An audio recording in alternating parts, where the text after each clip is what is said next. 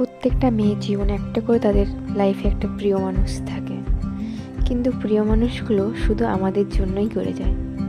আমাদের ছোট ছোট শখ, স্বপ্ন, আশা সেগুলো সবসময় তারাই পূরণ করে। যখন যেটা চাই সেটা এনে দেয়, যেটা প্রয়োজন সেটাও নিয়ে এসে দেয়, আমাদের খেয়াল রাখে, যত্ন করে। কিন্তু সেই তুলনায় আমরা সেইভাবে তাদের জন্য কিছু করতে পারি না বা কোনো গিফট দিতে পারি না, কিন্তু আমাদের যে কোনো প্রয়োজনীয়, আমাদের খুশি করার জন্য বিশেষ করে তারা গিফট দিয়ে থাকে। তাই ভাবছি আমার প্রিয় মানুষটার জন্য কিছু একটা গিফট করাই যেতেই পারে।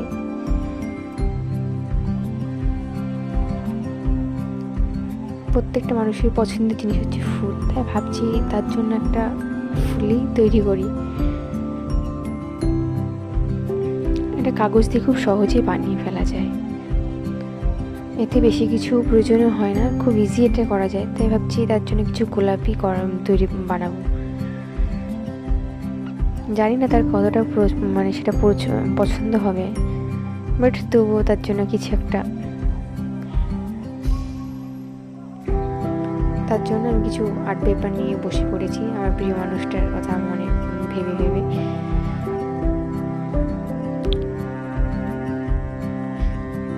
এখন প্রায় রাত 10টা বাজে, সে এখন বাড়িতে নেই, বাইরেই আছে।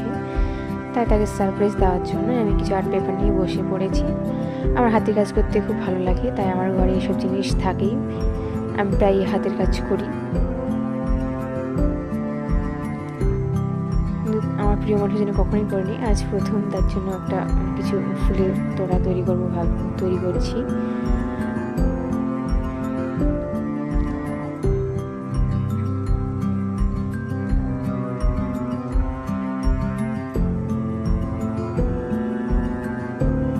একটু পরে সে চলে আসবে, তার আসার আগে এটা শেষ করে রাখবো।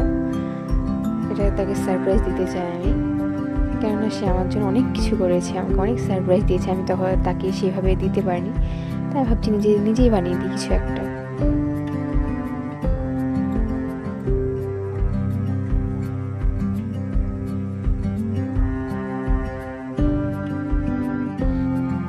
কালকে আমি ফুলগুলো তৈরি করে তাকে দিয়েছি, এই ভিডিওটা দিয়েছি, কিন্তু ফুলগুলো কিভাবে বানিয়েছি এই ভিডিওটা দেওয়া হয়নি।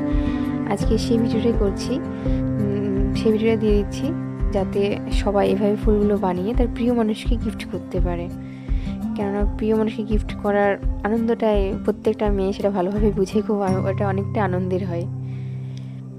তা আজকে কীভাবে ফুলগুলো তৈরি করলাম সেই